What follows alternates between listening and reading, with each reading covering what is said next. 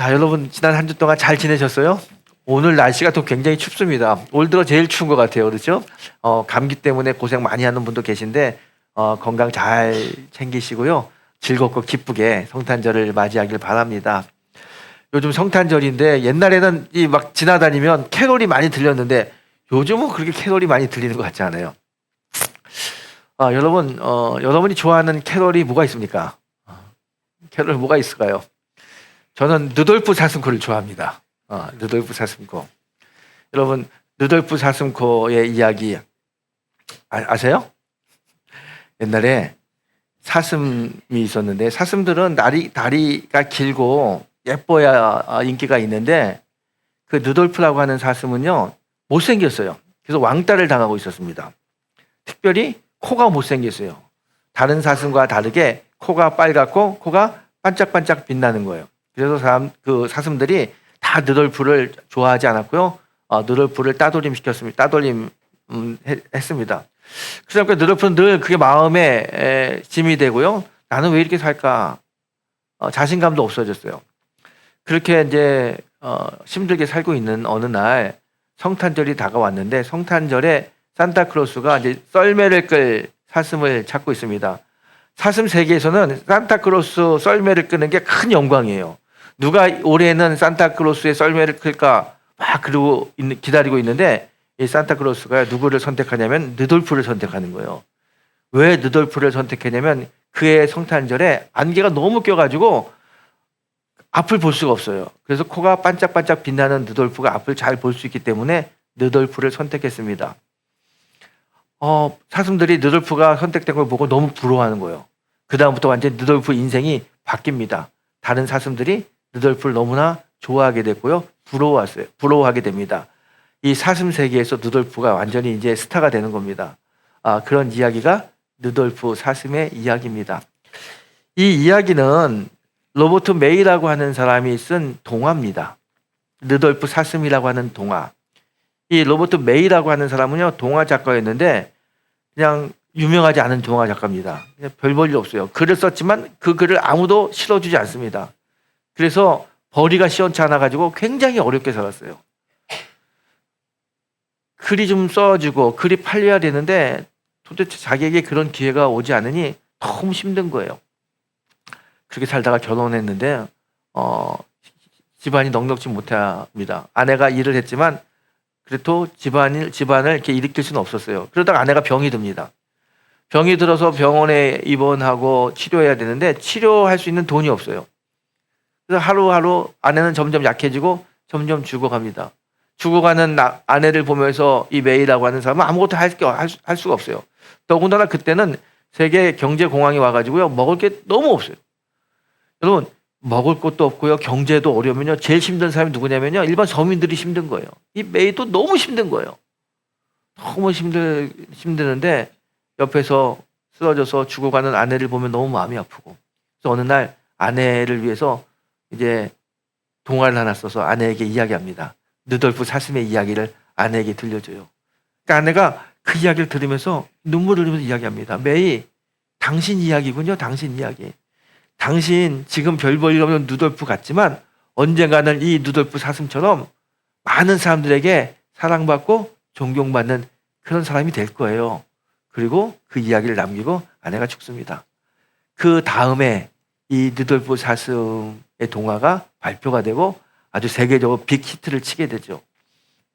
이 루돌프 사슴, 인생의 역전을 이루는 이야기 아닙니까?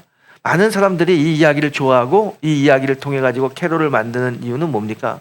나도 힘들고 어려웠지만 언젠가 내 인생도 이렇게 루돌프 사슴처럼 역전하는 인생이 될 거야. 그런 소망과 희망을 가지고 이 캐롤을 부르고 이 동화를 좋아합니다. 우리 모두는 다 인생의 역전을 원합니다. 지금 힘들지만 언젠가는 잘 될 거야. 좋은 날이 올 거야. 그런 인생의 역전을 꿈꾸는데 여러분 어떻게 살면 우리의 인생이 정말 잘 되고 역전할 수 있을까요? 저는 우리의 힘으로가 아니라 주님이 그렇게 만들어 주셔야 된다고 믿습니다. 여러분, 주님이 우리의 심령에 오셔가지고 우리를 세우고 또 우리를 인도하시면 우리의 힘든 인생이 복된 인생으로 바뀝니다. 그래서 예수님은 우리의 인생을 바꾸는 분이다. 그렇게 이야기하고 싶습니다. 오늘 이 땅에 우리의 인생을 바꾸기 위해서, 힘들고 지쳐있는 우리의 인생에 기쁨을 주기 위해서, 희망을 주기 위해서, 평화를 주기 위해서 오신 그 예수님, 그 예수님을 만나고 우리 인생이 누들불처럼 역전하고 반전의 역사가 쓰여지는 그런 인생이 되기를 주님의 이름으로 축복합니다. 여러분, 오늘 본문의 이야기는 되게 간단합니다. 그리고 이 크리스마스가 때가 되게 되면 많이 듣는 설교의 본문입니다. 한밤중에 목자들이 양떼를 치고 있었습니다. 그때 천사가 나타나서 목자들에게 이야기합니다. 오늘 너희에게 기쁨의 큰 소식을 전한다. 다윗의 동네에 구주가 나셨다. 그렇게 알려주는 내용이 오늘 본문의 이야기입니다. 오늘 본문을 보게 되면 그 힘들었던 이 목자들에게 하는 이야기가 있습니다. 기쁨의 큰 소식을 전한다. 기쁜 소식을 전한다는 거예요. 그것도 보통 기쁜 소식이 아니라 온 백성에게 미칠 기쁨의 좋은 소식을 전한다라고 이야기합니다. 이 소식은 온 백성에게 기쁨이 된다는 거예요. 그런데 여러분 가만히 보십시오. 이 기쁨의 소식을 들었던 사람은 몇 명이나 될까요? 실제적으로 온 백성에게 미칠 기쁨의 좋은 소식이지만 그 기쁨의 좋은 소식을 들은 사람은 많지 않습니다. 누가복음, 마태복음, 마가복음, 복음서를 보게 되면요, 이 기쁨의 좋은 소식, 예수님의 탄생의 이야기를 들었던 사람들은 열 손가락에도 안 들어옵니다. 아주 소수만 들었어요. 이 소수만 들은 이 이야기가 어떻게 온 세상 사람들이 기뻐하는 이야기가 되는지 잘 이해가 되지도 않고요. 그리고 이 이야기를 들었다고 또 주님이 오셨다는 이 사건 때문에 내 인생이 그렇게 기뻐할 수 있을까? 기쁘게 될까? 그렇지도 않은 것 같아요. 그런데 왜 성경은 예수님의 탄생이 온 백성에게 미칠 기쁨의 좋은 소식이라고 이야기할까?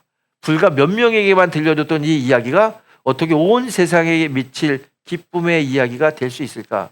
오늘 그런 관점에서 이 본문의 이야기를 여러분과 함께 해보고자 합니다. 여러분, 오늘 본문 11절에 보게 되면 성경은 이렇게 시작합니다. 오늘날 다윗의 동네에 너희를 위하여 구주가 나셨으니 곧 그리스도 주시니라.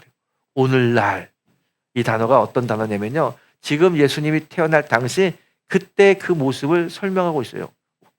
오늘날. 자, 예수님이 태어날 당시 그때 이스라엘은 어떤 시대였을까요? 누가복음 2장 1절에 이 시대를 이렇게 이야기합니다. 그때를 가이사 아구스도의 시대라고 이야기합니다. 가이사 아구스도. 이 사람은요, 우리가 잘 알고 있는 로마 시저의 조카입니다. 그리고 어떻게 세상에 알려졌냐면 옥타비아누스라는 이름으로 알려졌습니다. 옥타비아누스. 그 사람이 아구스도입니다. 이 옥타비아누스 때 로마는 가장 번성했습니다. 팍스 로마라고 하는 이야기가 이때 완성되죠. 전쟁을 하고요, 식민지를 늘려나가고 아주 번성한 국가였지만 그것 때문에 식민지 치하에 있던 많은 나라도 너무 힘들었어요. 로마가 전쟁을 일으키면 전쟁에 뭐가 필요합니까? 물자가 필요해요. 군인이 필요합니다. 그 물자와 군인을 다 어디서 충당합니까? 식민지에 있는 나라에서 다 가지고 오는 거예요. 이스라엘도 로마의 식민지였기 때문에 자유로울 수 없습니다. 로마가 전쟁을 일으키면요, 군인을 내보내야 돼요. 남편, 오빠, 아들, 많은 이스라엘 젊은이들이, 남자들이 전쟁에 가서 자기하고 상관없는 전쟁에 가가지고 수도 없이 죽었습니다. 그 죽음의 아픔이 있어요. 더군다나 전쟁이 되니까 물자를 가져가야 되니까 자기들도 힘든데 물자를 다 가져갑니다. 먹을 건 별로 없어요. 이때 가뭄이, 오랫동안 가뭄이 들어가지고요, 농사도 잘 짓지 못했는데 먹을 것도 없는데 그나마 조금 가지고 있는 거 로마 군인이 다 뺏어가는 거예요. 먹을 게 없어요. 남편과 아내, 남편과 아들, 오빠 죽어가요. 얼마나 힘들었겠어요? 보통 힘든 게 아닙니다. 이 정치적으로 힘든데 또 이 지도자들도 로마 사람들이 이스라엘 백성들을 힘들게 합니다. 그때 유대의 총독이 본디오 빌라도가 총독이었어요. 근데 이 빌라도라고 하는 사람은 자기가 맡은 그 유대 지역을 잘 다스려가지고 이 사람들을 잘 살게 해줘야겠다, 이런 생각이 없는 사람입니다. 이 사람은요, 욕심이 많아가지고 지금 자기는요, 이스라엘이라고 하는 변방에 살고 있어요. 이제 중앙 로마로 가고 싶어요. 어떻게 해서든지 로마에게 잘 보여서 로마 중심에 가서 정치하겠다는 생각이 있습니다. 자기밖에 몰라요. 그래서 이 사람에게 어떤 일이 있습니까? 예수님이 십자가에서 처형될 때 본인은 예수님은 죄가 없다는 것을 확실히 알았어요. 죄가 없는 예수님을 석방해야 되잖아요. 근데 석방하지 않고 어떡합니까? 그냥 십자가에 못 박으라고 이야기해요. 왜요? 이스라엘 사람들이 다 십자가에 못 박으라고 외치니까 이스라엘 사람들의 그 눈과 귀와 그 삶을 즐겁게 해주기 위해서 죄 없는 예수님을 십자가에 못 박으라고 이야기하는 거예요. 정의라고는 요만큼도 없는 사람입니다. 오직 자기의 출세만을 생각했던 사람이 본디오 빌라도입니다. 그리고 그때 당시 본붕왕으로 섬겼던 사람은 헤롯입니다. 헤롯은 윤리적으로 너무 타락한 사람입니다. 자기의 동생을 죽이고 자기의 동생의 아내를 취했던 이 헤롯. 그러니 보세요. 주변 정세가 로마 때문에 너무 힘들게 하고 이 정치인들 지도자들이 윤리적으로나 공의가 없는 정치 지도자들이 있으니까 백성들이 얼마나 힘들었겠어요. 더군다나 종교 지도자들도 타락합니다. 이때 당시 종교 지도자들 대제사장이 누구냐면 안나스와 가야바가 대제사장입니다. 이들이 누구냐면 예수님이 공생애를 시작할 때 성전에 갔을 때 막 장사하는 사람들 있잖아요. 그 장사하는 사람들 채찍으로 내리치고 상을 엎으면서 기도하는 성전을 마귀의 굴렬로 만들었구나 라고 말씀하시는데 그때 그 회당을 담당했던 사람들이 누구냐? 바로 안나스와 가야바예요. 종교 지도자들도 타락했죠. 정치, 경제, 사회, 문화, 종교 다 타락했어요. 그러다 보니까 거기에 살고 있는 백성들이 너무 힘들어요. 여러분, 나라가 어려우면요. 제일 힘든 사람은 누구냐면 백성들이에요. 특별히 서민들이 제일 힘듭니다. 서민들이 얼마나 힘든지 몰라요. 지금도 그러잖아요. 여러분, 지금 뭐 우리 국제 정세가 어렵죠. 정치도 어렵죠. 여러 사회도 혼란하죠. 우리가 제일 어렵지 않습니까? 여러분과 저 같은 서민들이 제일 힘들어요. 어떻게 살아야 되지? 이제 어려움은 어떻게 극복하지? 다 걱정이 있어요. 서민들에게 오는 걱정이죠. 이 서민들이 제일 힘든데 이 서민을 대표하는 사람이 누구냐면 목자들. 이 목자들은 여러분 지금 자기 양을 치는 게 아니라 돈 받고 남의 양을 쳐주는 사람들이에요. 주인은 따뜻한 방에서 좀 잘 자고 있어요. 밖에 나가서 어쩔 수 없이 돈을 벌기 위해서 이 추운 겨울날 들판에서 양을 치는 사람들. 정말 어려운 사람들이죠. 근데 이들이 양을 치면서도 가슴이 답답해요. 아니 좀 나아져야 되는데 이 로마 때문에 힘들고 정치인들 때문에 힘들고 종교인들 때문에 힘들고 앞을 봐도 깜깜하고 뒤를 봐도 깜깜하고 옆을 봐도 깜깜하고 도대체 내 삶이 좀 나아질 것 같다고 하는 기색이 전혀 보이지 않아요. 그래서 실망하고 절망하고 그리고 어렵게 사는 사람들이 이 서민 목자들입니다. 희망이라고는 요만큼도 없어요. 그런데 그때 갑자기 천사가 나타나서 그들에게 뭐라고 이야기하냐면 내가 온 세상에 미칠 기쁨의 큰 좋은 소식을 너희에게 전한다 그래요. 좋은 소식을 전하겠다는 거예요. 여러분 모든 게 힘들고 모든 환경이 어려운 삶을 살고 있는 이 서민인 목자들에게 기쁨의 좋은 소식이 뭡니까? 뭐가 좋은 소식입니까? 이 어려움을 극복할 수 있는 방법이 있다는 거죠. 이 어려움을 극복할 수 있는 어떤 유능한 지도자가 왔다는 게 그게 정말 기쁨의 소식 아니겠습니까? 천사가 이야기합니다. 오늘날 다윗의 동네에 너희를 위하여 구주가 나셨으니 곧 그리스도 주시니라. 구주가 나타났다는 거예요. 메시아가 왔다는 겁니다. 이 목자들은요 너무 힘들기 때문에 밖에서 덜덜 떨면서 메시아를 기다리고 있었어요. 그 옛날 성경에서 약속하신 메시아, 하나님의 아들이 온다. 메시아가 온다. 메시아가 오면 이 지긋지긋한 로마로부터 우리는 해방이 되고 이 정치 지도자들로부터 억압받는 것도 해방이 되고 우리의 삶이 바뀔 거다. 우리의 삶이 좋아질 거다. 그런 소망을 가지고 메시아가 오기만을 기다렸어요. 그렇게 메시아가 오기만을 기다리는데 메시아가 왔다고 하는 거예요. 그러니 얼마나 이게 기쁜 소식입니까? 여러분 당시에 사람들, 특별히 경건한 사람들, 하나님과 함께하는 사람들이 기도가 있는데 그게 어떤 기도입니까? 다른 기도가 아니에요. 하나님, 우리가 너무 어려워요. 우리가 너무 힘들어요. 우리를 구원하기 위해서 메시아를 보내주세요. 하나님이 약속하신 그 메시아를 보내주십시오. 그게 경건한 사람들, 주님과 함께하는 사람들의 기도였어요. 오늘 아마 우리들의 기도도 비슷하지 않겠습니까? 하나님, 나라가 어려워요. 경제가 어려워요. 이 나라와 경제를 안정시켜줄 하나님의 은혜, 하나님의 능력이 필요합니다. 하나님 도와주세요. 이렇게 기도한 것처럼 당시에 많은 백성들이 메시아를 찾고 메시아가 오기만을 기도하고 있었습니다. 그런데 천사가 나타나서 하는 말이 그렇게 기다리는 메시아가 왔다는 거예요. 얼마나 기쁩니까? 이만큼 기쁜 소식이 없어요. 아마 목자들은요, 그래 이제 살았다. 이제 이 어려움이, 로마로부터의 어려움, 정치 지도자들로부터의 어려움, 종교 지도자들로부터의 어려움이 다 해소될 수 있겠구나, 해결될 수 있겠구나, 그렇게 생각했을 거예요. 그래서 기뻐했을 겁니다. 너희를 위하여 오늘날 다윗의 동네에 구주가 나셨다. 이 말씀이 얼마나 기쁜지 몰라요. 그런데 여러분, 이렇게 구주가 났어요. 그래서 목자들이 가서 예수님을 영접했어요. 그러면은 예수님이 오셨으니까, 메시아가 왔으니까 그들의 삶이 바뀌어야 되잖아요. 어려웠던 삶이 좀 풍성해지고 좋아져야 되는데, 가만히 성경을 보면 메시아가 왔지만 여전히 그들은 어려워요. 여러분 보세요. 메시아가 왔는데 예수님을 만났던, 영접했던 이 목자들이 하루아침에 부자가 됐다는 이야기가 성경에 있습니까? 아니면 이들이 한 200살쯤 건강하게 살았다, 그런 이야기가 성경에 있나요? 없어요. 여전히 이들은 밖에 나가서 양을 치고요, 여전히 목자 생활을 해야 되고요, 여전히 나사렛이라고 하는 동네는 여전히 가난한 동네입니다. 예수님이 왔는데, 메시아가 왔는데 여전히 우리의 삶에 변화된 건 아무것도 없어요. 달라진 게 없습니다. 그런데 신기한 게 하나 있어요.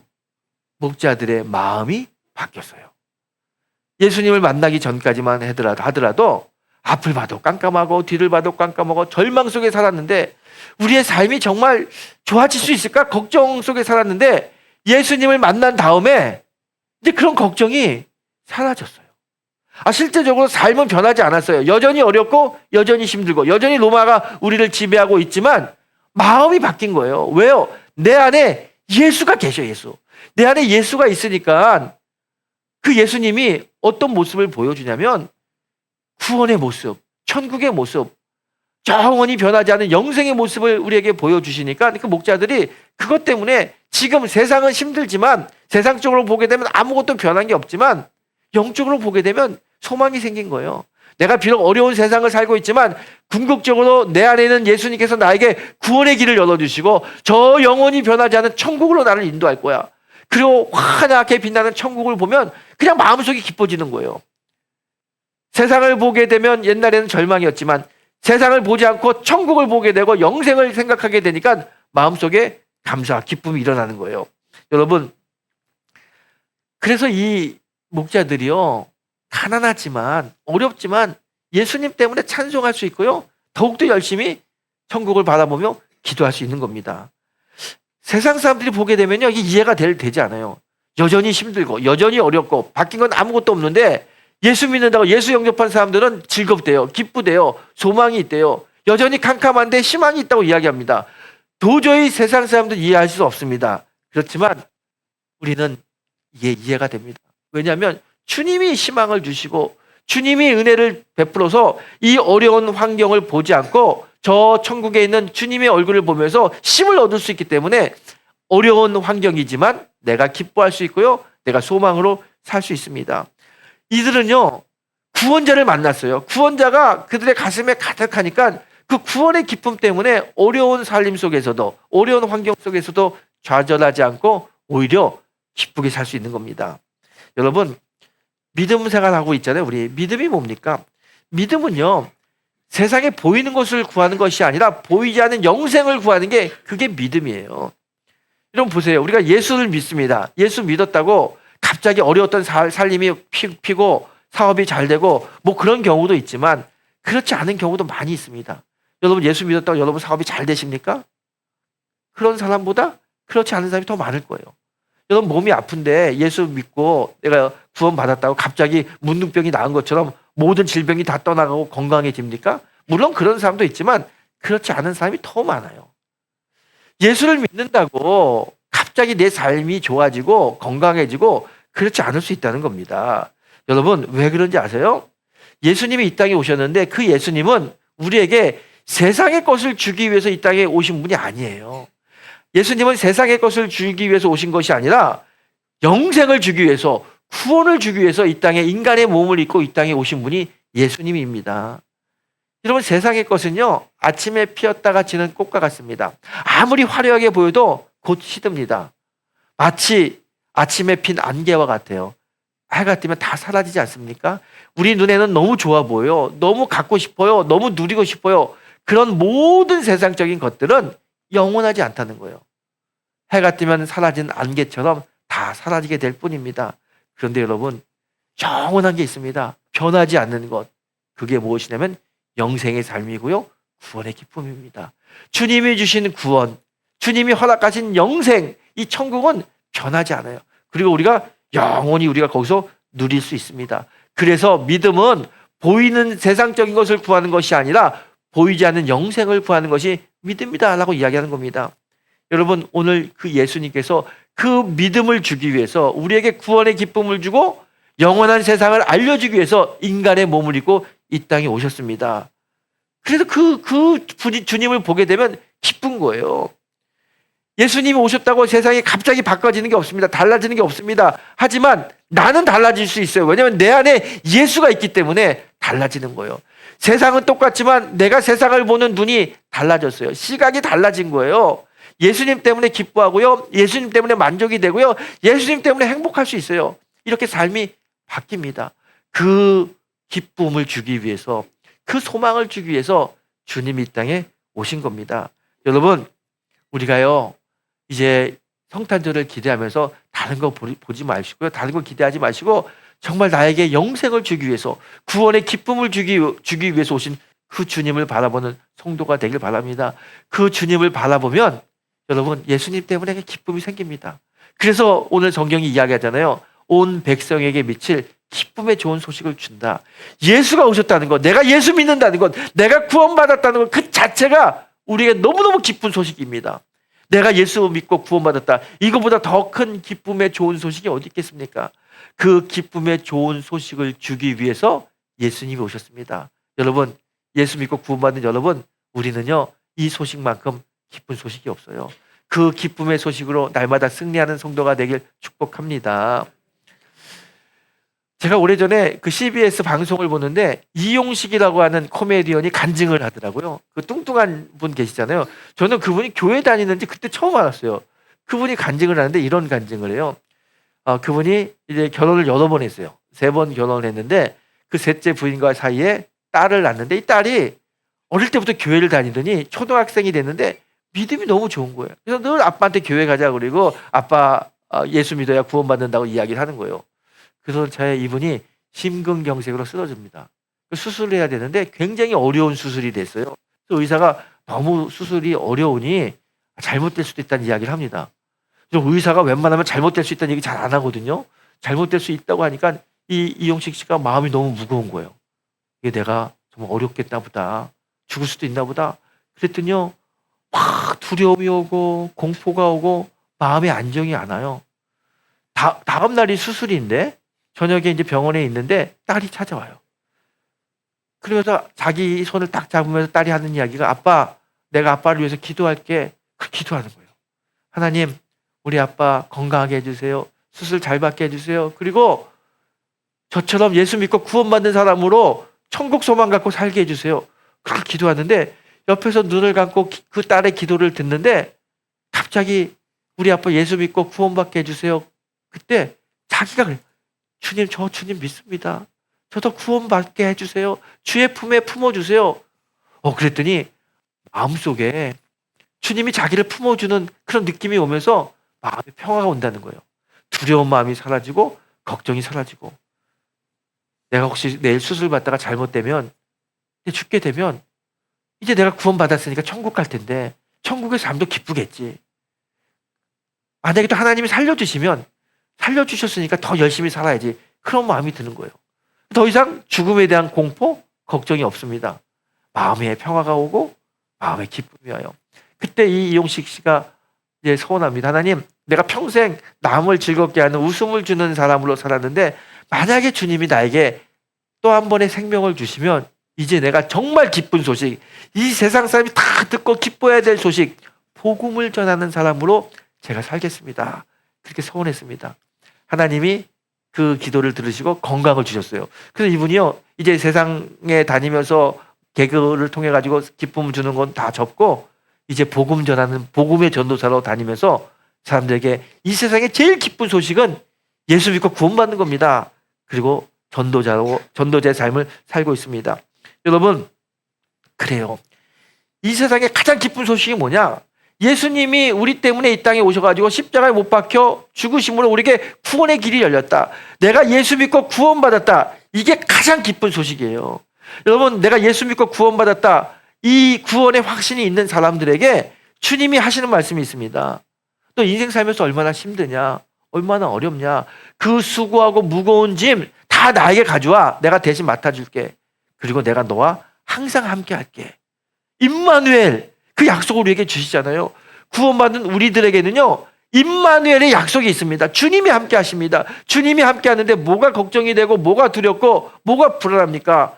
주님은요, 우리의 소망이 되시고요, 우리의 사랑이 되시고 우리의 평강이 되시는 분이 주님입니다. 그 주님이 나하고 함께해요. 내 심령에 좌정하고 계십니다. 그래서 그 주님을 생각할 때마다 기쁜 거예요. 세상을 보게 되면 암담해요. 세상을 보게 되면 좌절이 됩니다. 하지만 내 안에 있는 구원의 주님을 보게 되면 기쁨이 생겨요. 그리고 그래, 주님과 함께 일어설 수 있다, 이길 수 있다, 그런 소망도 생깁니다. 그런 은혜가 우리에게 있게 되길 축복합니다.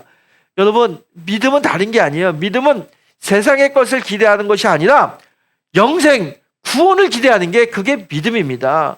주님이 약속하신 거, 구원의 기쁨, 영원한 천국, 영생의 그 기쁨을 가지고 사는 것, 그게 믿음입니다. 여러분, 우리 안에 구원의 기쁨이 있는 사람은 어떤 처지에 있든지 어떤 형편에 있든지 예수님 때문에 감사가 일어나고요, 예수님 때문에 소망이 생기고요, 예수님 때문에 사랑을 나눌 수 있어요. 그래서 우리의 삶에 기쁨이 있습니다. 예수 믿고 구원받은 여러분, 늘 예수님과 동행하면서 승리하는 삶을 살기 바랍니다. 믿음은 세상적인 것을 구하는 것이 아니라 믿음은 영생, 구원의 기쁨을 가지고 사는 게 그게 믿음입니다. 여러분, 이제 내일 모레 수요일이면 이제 성탄절입니다. 성탄절, 많은 사람들은 성탄절 파티하는 날이라고 이야기합니다. 물론 파티하고 즐겁게 보내는 것도 좋지만 진정한 성탄을 잘 보내기 위해서는요, 어떻게 보내야 되느냐? 기쁘게 보내야 돼요. 내가 예수 믿고 구원받았다는 이 사실 때문에 삶이 기뻐지는 것이 성탄을 잘 보내는 성도의 모습입니다. 바울은 빌립보서 4장 4절에서 이렇게 말씀합니다. 주 안에서 항상 기뻐하라. 내가 다시 말하노니 기뻐하라. 아멘이죠. 예수 안에서 기뻐하는 것, 예수님 때문에 행복한 것, 예수님 때문에 감사가 일어나는 것, 그게 우리가 성탄을 맞이하는 우리들의 마음의 자세입니다. 여러분, 예수 안에서 기뻐하는 사람 되길 바랍니다. 세상적인 것 때문에 좌절하는 것이 아니라 영적인 것을 보면서 기뻐하는 사람, 예수 때문에 기뻐할 수 있는 사람, 그 사람이 진정한 성탄의 주님을 만난 사람입니다. 올해 성탄의 주님을 만나고 우리 기쁘게 신앙생활하는 성도가 되길 축복합니다. 저는요, 올해뿐만 아니라 2025년 다가오잖아요. 25년 우리 모든 성도들이 기쁘게 살았으면 좋겠어요. 예수님 때문에 기쁘고 예수님 때문에 희망이 생기고 예수님 때문에 사랑을 나누는 그런 신앙의 모습으로 살길 원합니다. 그럼 어떻게 그렇게 살 수 있을까? 가만히 제가 기도하면서 생각해 보니 우리가요, 성령에 충만해야 돼요. 성령 받으면, 성령이 충만하면, 내 안에 예수가 가득하면 우리가 어디에 있든지 어떤 형편에 있든지 기뻐요. 감사해요. 그런 삶이 승리하는 삶입니다. 그런 삶을 살아야겠다. 그래서 내년 초에 시작하는 게 뭐냐면 성령의 9가지 열매라고 하는 주제를 가지고 신년 축복 성회합니다. 아침 저녁 9번에 걸쳐 가지고 축복 성회하는데요. 여러분, 다른 게 아니에요. 내가 성령 받아야 돼요. 성령이 충만하면 어디에 있든지 기쁘고요, 어디에 있든지 감사하고요, 어느 형편에 처해 있든지 행복합니다. 그래서 우리가 성령의 충만함을 입어야 됩니다. 성령은 모든 곳에 있지만 아무 곳에나 역사하지 않습니다. 성령이 역사하는 자리가 있습니다. 예배의 자리, 기도의 자리, 찬양의 자리, 집회의 자리에 성령이 역사합니다. 성도 여러분, 이제 시간을 내고요, 몸을 움직여가지고 성령이 역사하는 자리에 오세요. 이번 신년 집회를 통해서 성령의 충만함으로 2025년 날마다 주님이 주시는 기쁨을 가지고 사는 믿음의 성도가 되시기를 주님의 이름으로 축원합니다.